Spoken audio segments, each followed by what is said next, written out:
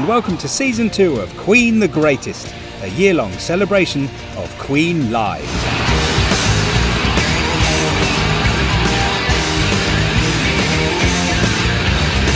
So you think you can stone me and spit in my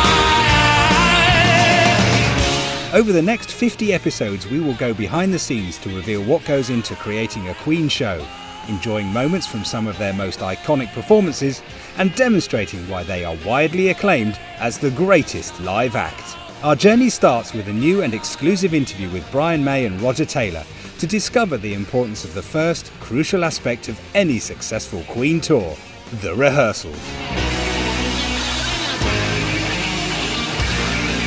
Rehearsing before a tour is always a bit of a surprise because you don't know how much you're going to remember and you don't know if it's still going to feel the same.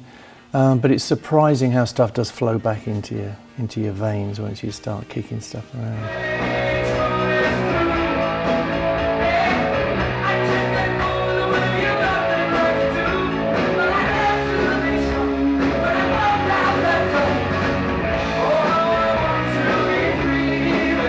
Normally we'll play a song through and see if it works, if we think it's going to work live. And they don't always work live. I mean, some of them they're not suited really for an exciting or involving, engaging performance, a live performance. So there's quite a few songs we've never played live that have been on albums, and probably for a good reason. We'll try a lot of stuff out. And then very often we'll go, oh, well, we did this last time. Well, maybe we'll do that. And you put a rough set together very quickly. It's about a lot of things. It's also about looking at the sound and making sure that everything's in place out front for the people out front. It's about looking at the monitor system, making sure that we can be heard between each other, like I can hear Roger, you can hear me, etc., etc. It's also about the lights, the whole production. So you have an awful lot to do in that rehearsal period, and it's easy for things to, I guess, be unfinished. So you know you're going to go out on tour on the first night and it won't be finished, there will be work in progress. But that's the nature of the game. You can't be perfect, you can't hit the ground perfect. You hit the ground okay, and you evolve to the place where you hopefully want to be. So by the time you get to the end of the tour, you're really good. To ensure this evolution continues throughout a Queen tour, a precious few hours on each show day becomes vitally important. Sound checking is the real kind of baseline of touring, really. If you don't sound check while you're in the process of touring, you're static and you're kind of dead.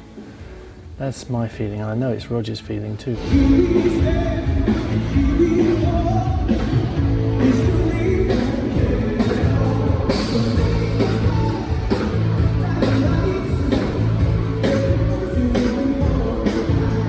We just wouldn't feel happy unless we felt we knew exactly where everything was, the setup, the sound. Even if we're doing several nights in one place, you want to go in the next day and kind of make sure everything's sounding right, it's tuned right, everything's in the right. And there might have been something you weren't happy with the night before. You want to correct it, and then we might just change a song, and so we'll rehearse a new song to put in and just try things out really. But I think Brian and I are certainly not happy with just going on cold. We like to know that everything's right and that hopefully nothing's going to go wrong. The sound check, normally at 4 o'clock, I go first, in the secure knowledge that Brian's going to take ages. So I can do mine fairly quickly, and then I'll vacate the stage.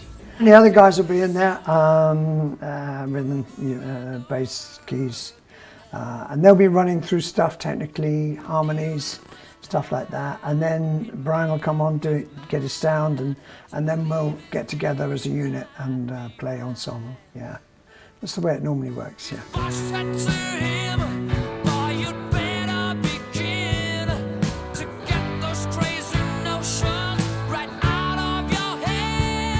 We call it a sound check, but part of it is to check the sound, and it's always necessary, but the rest of it is to just try stuff out, even if it's only a few bars, like what happened last night? Oh, that happened. Well, what if we do this?